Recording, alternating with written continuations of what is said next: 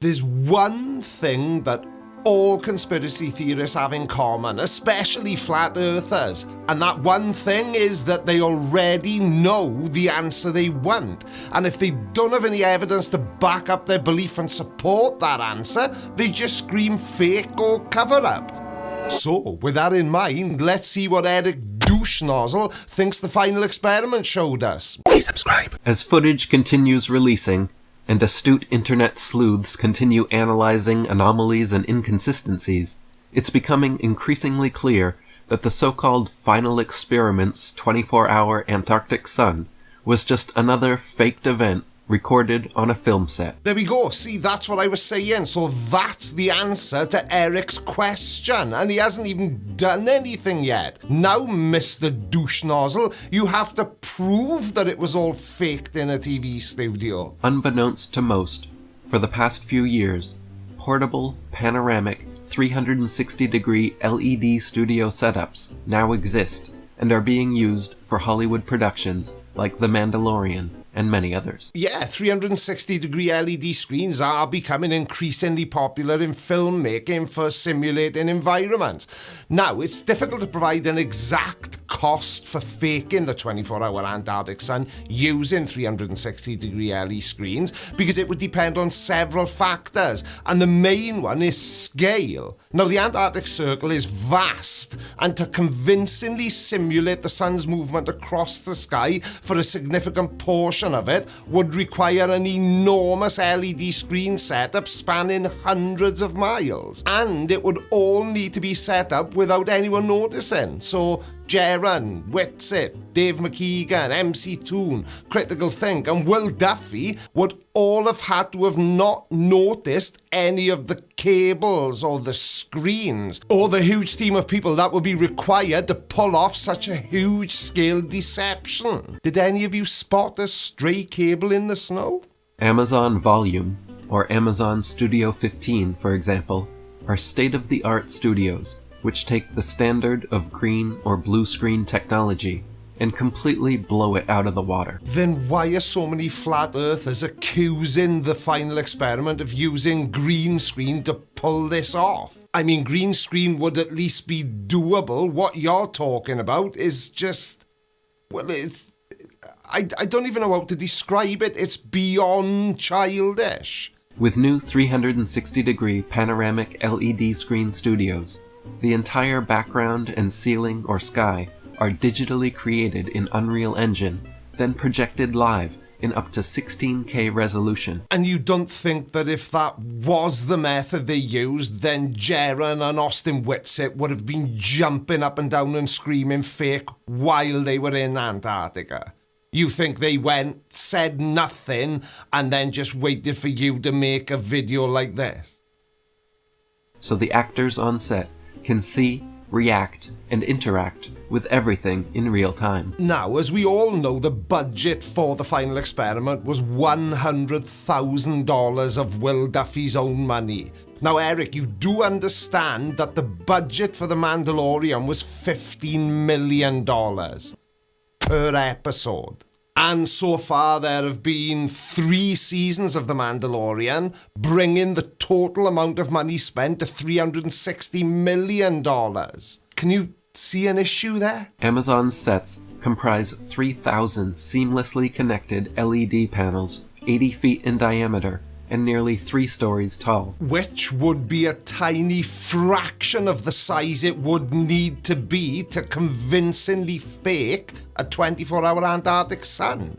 It's easier and cheaper to just travel to Antarctica and see the real sun staying in the sky for 24 hours, isn't it? Keeping all this in mind, let's review some footage from the final experiment. Let me guess what you're going to do next. You're going to play Dave McKeegan's 24-hour time-lapse of the 24-hour sun and just say things like, looks fake to me. Ooh, did you see that? Ooh, this couldn't possibly be real. Because you're not going to provide any evidence that it's fake, which I know would be very difficult for anyone, especially a flat earther, because it wasn't faked. It was filmed in Antarctica. They all had GPS with them. We knew exactly where they were at all times. To begin with, Watch the supposed sun circling around during their 24-hour time-lapse video, and pay close attention to its shape. Notice how the sun changes from circular to being smushed down horizontally,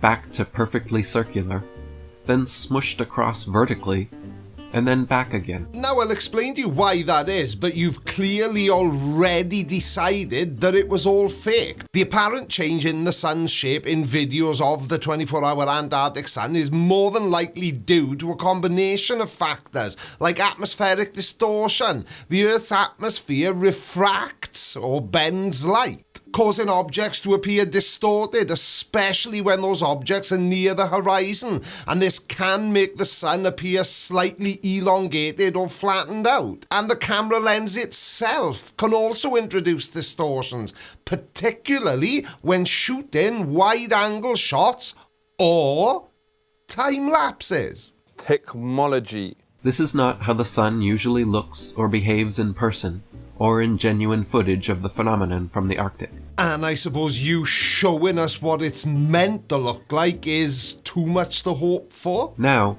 pay attention to the changes in length and direction of McToon's shadow as he paces around the base camp. And even though the sun doesn't set during the Antarctic summer solstice, its altitude changes throughout the 24-hour period. It reaches its highest point around solar noon and its lowest point around solar midnight. And it's the change in altitude which directly affects the length of the shadows. When the sun is high, shadows are short. When the sun is lower, closer to the horizon, the shadows are longer. So we're seeing exactly what we should be seeing on a globe-shaped Earth. In the space of walking only a matter of feet, his shadow somehow completely changes direction and triples in length. The angle of the camera relative to the person, and if the person's walking on uneven ground, a slight incline or decline. It can significantly affect the shadow's length. So do you know for a fact that none of these things are what caused what we're all seeing in the video? And besides that, if it was faked in a 360-degree LED studio, as you're now claiming, then wouldn't this be proof that that wasn't the case? Watch as his shadow stretches, contracts, and sharply changes angles within the space of just a few paces. This is not at all normal behavior of shadows being cast by sunlight, or of a man walking only a few steps. But it is, though, unless you're a complete moron who's clinging on to a belief that was outdated thousands of years ago. This is exactly what we should be seeing on a globe-shaped Earth. The following is a simple demonstration of how light and shadows work depending on the distance of the light source. But that's not an experiment, that's just some guy pointing a torch at a little figure and moving it across a sheet of white paper.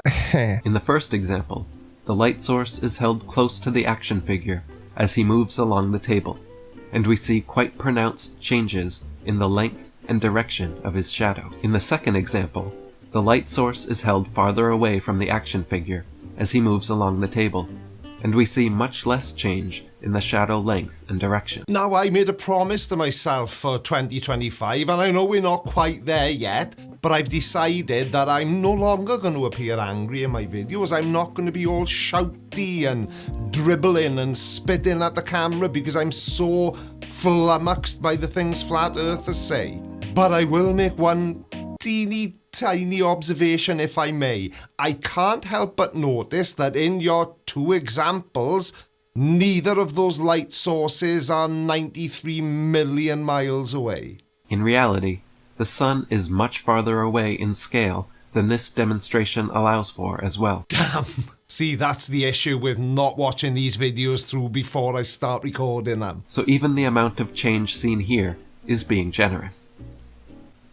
A man walking such a short distance outside should never have a shadow that changes direction 90 degrees and triples in length. Now let's watch as McToon and Austin Whitsitt respond to commenters asking them to show their breath in the Antarctic.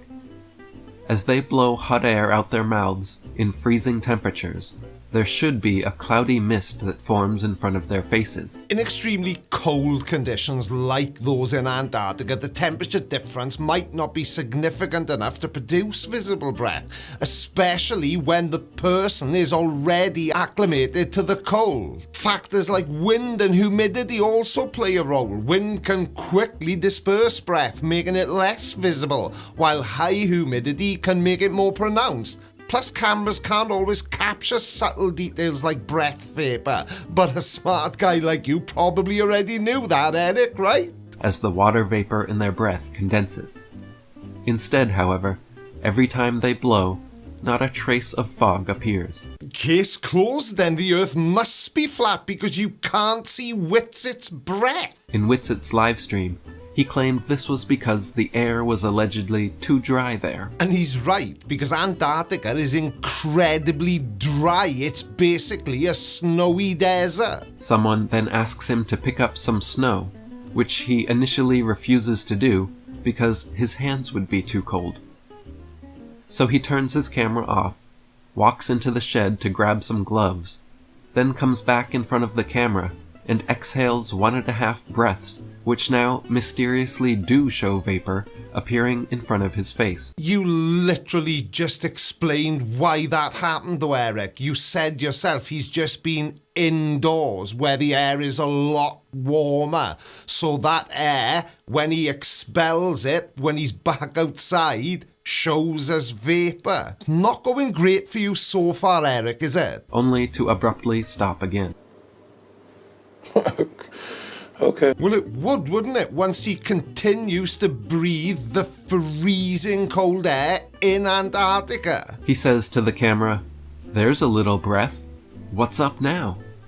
As if somehow proving the skeptics wrong, and claiming that he took a sip of water in the shed, which was supposed to account for it. Now, as we all know, Eric considers himself one of the more intelligent of the flat earth crowd, but I don't think he's ever stood back and listened to the things he says. You're just making excuses, Eric, rather than having to try and explain it on whichever model of the flat earth you're a fanboy of today. Another camera, recording from a different angle, however, caught Whitsit while exiting the shed, doing what appears to be hitting a vape pen, just before turning his camera back on. Are you being serious, Eric? Really? You're gonna try and use a vape pen to explain this away? For comparative purposes, here is what someone's breath looks like during winter in Maine, USA. Every time you exhale, there is a visibly noticeable cloudy fog that condenses from the difference in temperature between the hot air in your lungs and the cold air outside. It would appear you're grasping at straws, Mr. Doucheboy. Now, while Maine can experience some dry periods, it's definitely not comparable to the extreme dryness of Antarctica. Maine's average relative humidity varies throughout the year, but it's generally way higher than it is in Antarctica. For example, Maine's coastal regions may have an average humidity of around 70 to 80%, while Antarctica's average around 50%, and it can be much lower in certain parts of the continent as well. Do you know, it's hard to believe that when I started doing this, I was worried that I wasn't going to be smart enough to debunk these people. So after exhaling his vape hit into the camera, rather than picking up some of the snow that was all around him, for some reason, Austin walks several feet away and picks up a bit of snow from over there. Maybe the snow where the cameras are set up and there's lots of foot traffic is compacted and can't be easily picked up, but that little bit of snow that was just behind him isn't compacted. Anytime close-up footage of their feet was shown, their footprints always failed to make any impression in the snow. So it is what I just said then, that the snow where they are is really compacted. So compacted, in fact, that you don't even leave a footprint in it when you walk on it. Another thing apparent while watching the footage was the complete lack of wind or any precipitation whatsoever. Throughout the live stream footage, I don't recall a single instance of any wind or even a light breeze strong enough to affect their hair or microphones. Well, you must be so disappointed, Eric, but you could have got rid of all this doubt and you could have had all these questions answered in real time if you had been man enough to accept Will Duffy's invitation to go and attend the final experiment with everyone else. In the 24-hour time-lapse sun footage, the mountains and sky are both chroma keyed out, showing they are both part of the studio backdrop. But if, as you suspect, it was filmed using the latest 360-degree LED movie screen backdrop whatevers, why would they be chroma keying anything out? Can you not see that you're contradicting your own claim by saying that? Compare this to other footage taken at Union Glacier. When chroma key is applied, only the sky disappears, leaving the real mountains untouched. You do realize that blue is the other very common colour for chroma keying things out. And as the sky is blue, it would make it very easy to key out the sky, even if I went outside now and filmed it for myself. This makes the case that the final experiment is potentially a mixture of doctored studio footage to fake the 24-hour sun, and other authentic footage actually taken from Union Glacier, Antarctica. And as much as it pains me to say this, for anybody watching this video now who believes anything Eric Dubé has said... Man, you are one pathetic loser. No offense. Alright guys, we're gonna expose this thing once and for all. The only thing flat earthers can expose is their ignorance. Let me guess, you're about to debunk the 24-hour Antarctic sun, which roughly translates to you're going to demonstrate just how little you understand about... Well, it could be literally anything, couldn't it? So let's find out, shall we? Please subscribe. Totally destroy this whole narrative of a 24-hour sun in Antarctica. We're gonna expose all these guys involved in this TFE. But what are you going to be exposing? The 24-hour Antarctic sun has just been witnessed by two of your own, Jeranism and Witsit. And you're obviously not going to start just claiming that they're liars, because generally speaking, flat earthers' noses are so far up each other's arse, it's hard to tell where one starts and the other one ends. Let's start with this guy right here. This is Chico Matos, a Brazilian explorer who spends summertime in the Arctic, and when it's summertime in the south, he spends time in Antarctica at Union Glacier. Hang on a second, so your thoughts on the best way to debunk the final experiment, which took place at Union Glacier in Antarctica, is to give us an example of somebody who travels there regularly. You f***ing prats. I don't know about you, but I miss the old days where flat earthers just used to scream that Antarctica was fake, and the ones that didn't think it was fake thought you couldn't go there anyway. I noticed that not many of them are mentioning that anymore. We can see here the conflict of interest. This video was filmed probably last summer in the US. And dare I ask why it's a conflict of interest? Is it because they both have functioning eyes and a basic grasp of reality? So two people independently observing the same phenomenon is now a conflict of interest. Well, by that logic, every scientific paper ever published would be suspect. We can see he is at a party with Duffy and McToon. Now, I know you said it's a video and that you were gonna play it, but based on what we've seen so far, how did you figure out that this was a party? There's nothing in that picture that screams party to me. Probably in Colorado, and that's summertime. Jesus, you should be a forensic photograph analyst or looker-atterer or whatever the hell they call it, because you seem to be able to get an awful lot of information from one frame in a video. And I'm gonna play the video with his original voice. I have added subtitles, but I'm gonna leave it so some people who can understand Spanish or Portuguese will be able to understand. He speaks in the future, saying that the guys are gonna go to Antarctica to prove that the Earth is a globe. So take a listen to this and read the subtitles. Thanks. Now, I know you're used to addressing morons. Special Officer Dookie reporting. Because you're a flat earther, and other flat earthers like to watch flat earthers. Nice. but we would have been able to figure out for ourselves that we needed to read the subtitles. All I would have needed to hear is somebody not speaking English. Esses caras aqui, eles estão indo para a Antártida para provar a Terra globo.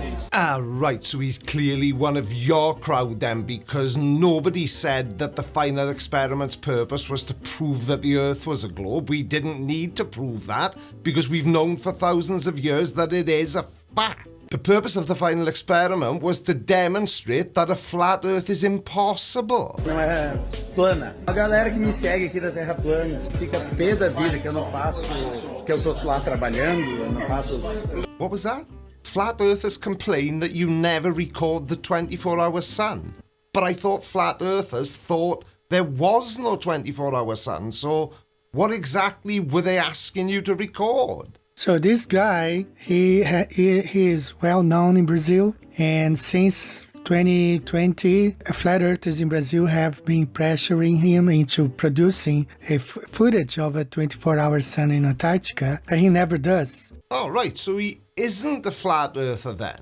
And here he says that the guys are going to go there and he's going to kind of promote their video. Not his own, but their videos. I don't know why you sound so confused. The reason he chose to publicize their videos and not his own is because their videos were filmed in Antarctica when they were there. So this is a conflict of interest right here, you see. I don't understand why you keep calling it a conflict of interest. It was in the interest of both sides of this argument to be there for the experiments that were carried out at Union Glacier. The guy who works at Union Glacier already taking part of a party with Will Duffy and Mike Toon back in summer 2024 probably. But how do you know? Because the fact that you added the word probably to the end of your sentence tells us that you don't. So please take a listen. Aqui é o Chico e eu moro no Ártico há 13 anos. Eu tô a 79 graus ao sul na Antártida. And now it all makes sense. He's not a flat earther. He's lived and worked in Antarctica for the last 13 years. So he has witnessed the 24-hour sun which destroys the flat earth on multiple occasions.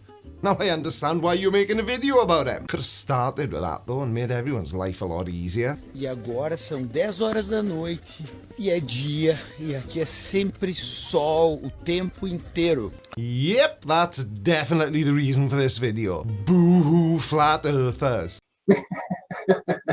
So he says it's 10 p.m.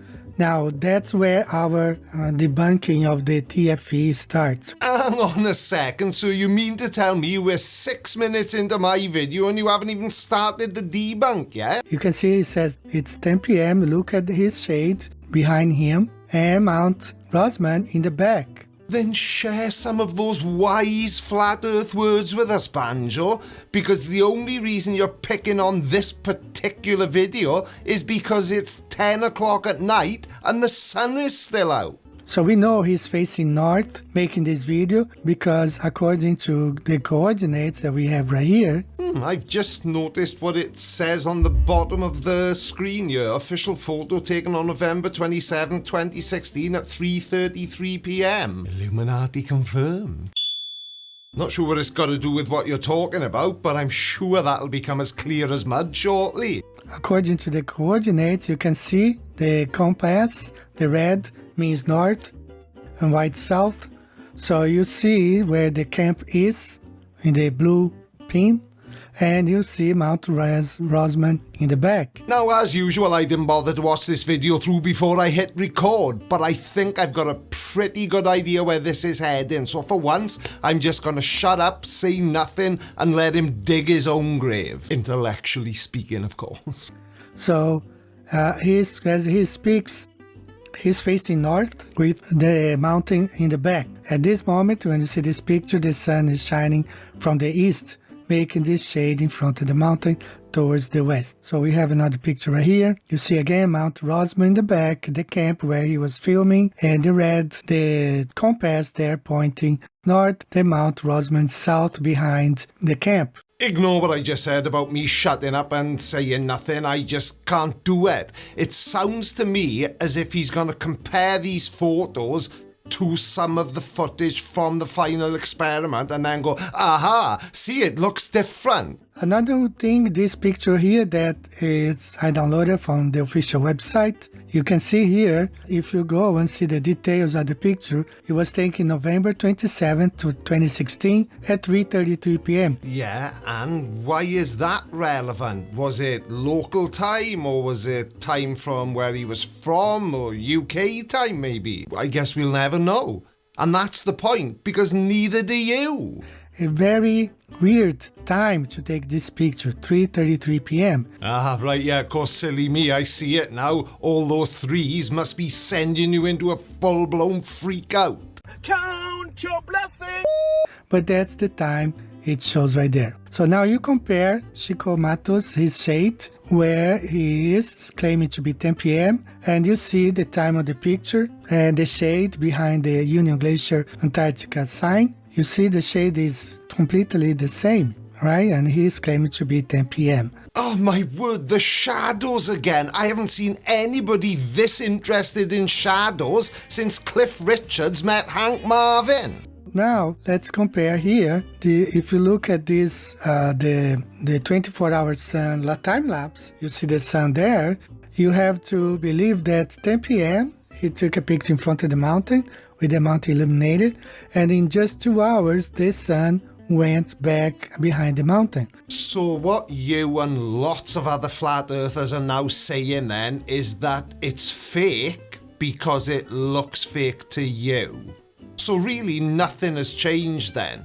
You thought that before the final experiment, and now that the final experiment has happened, you still think it, and you're all doubling down on it and trying to discredit the experiment itself, rather than trying to make a 24-hour sun work on your model of the flat earth. Genius. So we know this whole thing is doctored. And would you like to show us exactly how it was doctored? The sun is CGI. CGI. Of course it is. So it's not 360-degree LED screens or a giant space projector, it's CGI. The shade of the mountain is probably coming from the east, just like this picture right here. That's the real position of the sun coming from the east. But hang on a second, so the real sun was also there. The CGI sun was just to fool everyone.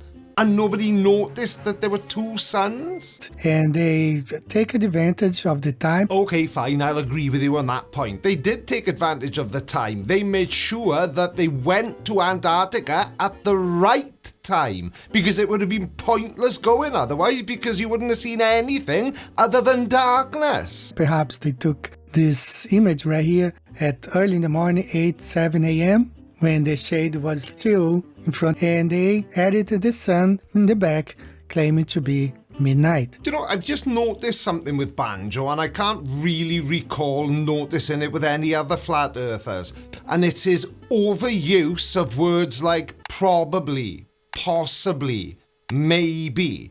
Those aren't really the words you use when you're absolutely certain that what you're talking about is correct. So this is the whole thing right here, right? We see the whole thing being exposed. These guys are lying. So your entire argument is based around you not liking the way one man's shadow is positioned in a single frame of video shot in Antarctica during the Antarctic summer. Man, you are one pathetic loser. No offense. I ask you guys to upload this video to your channels, mirror. And does this count? Because if it does, you're welcome. Spread around, because these guys are caught lying.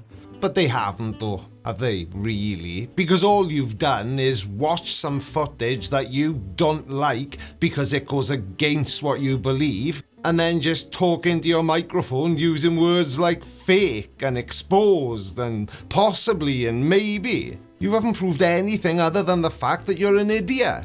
And this is the whole thing being exposed right here. I don't even know how to respond to that, because if you think that exposes anything at all, then you're a bigger mug than I first thought. There's no 24-hour sun in Antarctica. They faked it. Everything they are putting out is just fake stuff. I know I'd get a more sensible response if I went and asked this question to my microwave, but I'm feeling daring today, so I'll ask anyway. What about the people who were actually there and saw it with their own eyes? They all had GPS with them, so anybody who was interested could check to see where they actually were in the world anyway. The GPS alone kind of destroys your theories about it being faked in a TV studio somewhere other than Antarctica. And if they went all the way to Antarctica just to fake it in a TV studio, then yeah, answer that one then.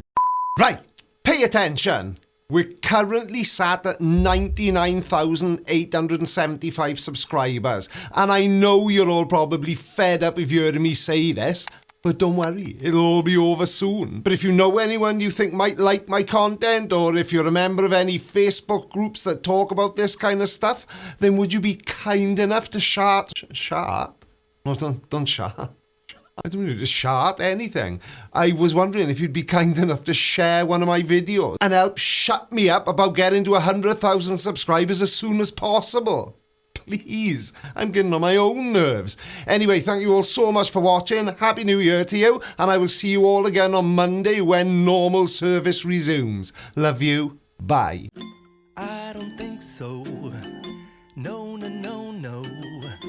I don't think so. No, no, no, no, it's never, ever, ever, ever, ever, ever gonna happen.